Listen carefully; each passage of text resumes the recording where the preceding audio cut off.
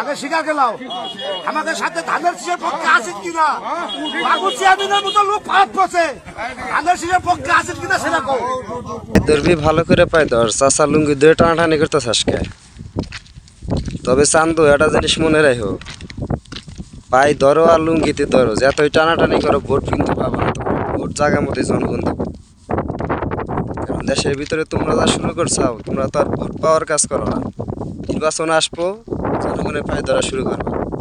নির্বাচন যাব, ডিজার্ট দিয়ে মাটি কাটা, জনগণের জমি জোর করে মাটি কাটা, সেটা আমাদের ফরিদপুর বিএনপির সাবেক সভাপতি ফরিদপুরের মাটি কাটা নিছে, এটা ডিবিসি নিউজ পর্যন্ত হয়েছে আপনার।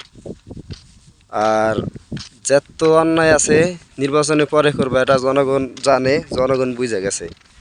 অতএব এখন পায়ে ধরে টানাটানি করো আর লুঙ্গি ধরে টানাটানি করো, জনগণ আর তোমাদের রিসিভ করবে না, জনগণ তোমাদের পক্ষে কথা বলবে না।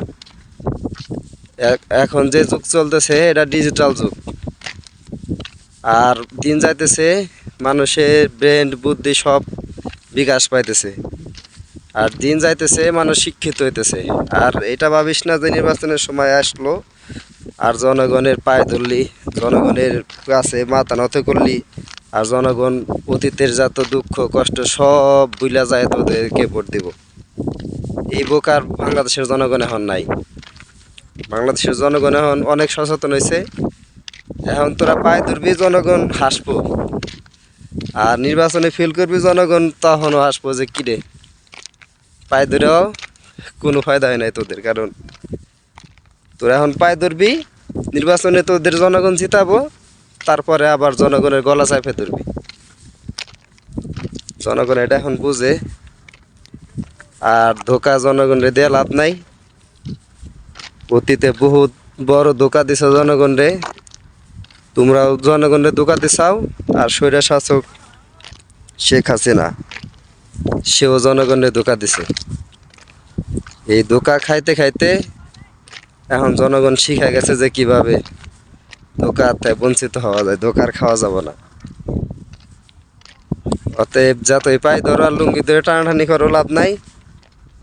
ইনশাল্লাহ আগামী নির্বাচনে যারা দেশের জন্য, দেশের জনগণের জন্য কাজ করবে, জনগণ তাদের ভোট দিবে।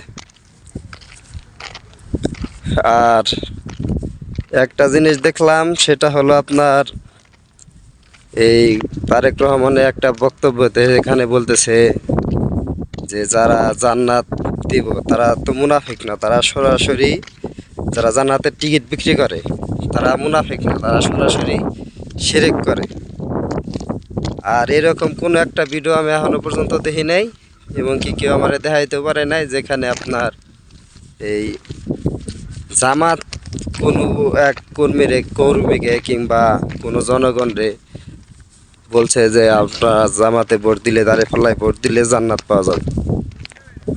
এটা দেখা গেছে বিএনপির লোকজনই বলছে, বিএনপির নেতাকর্মীরাই।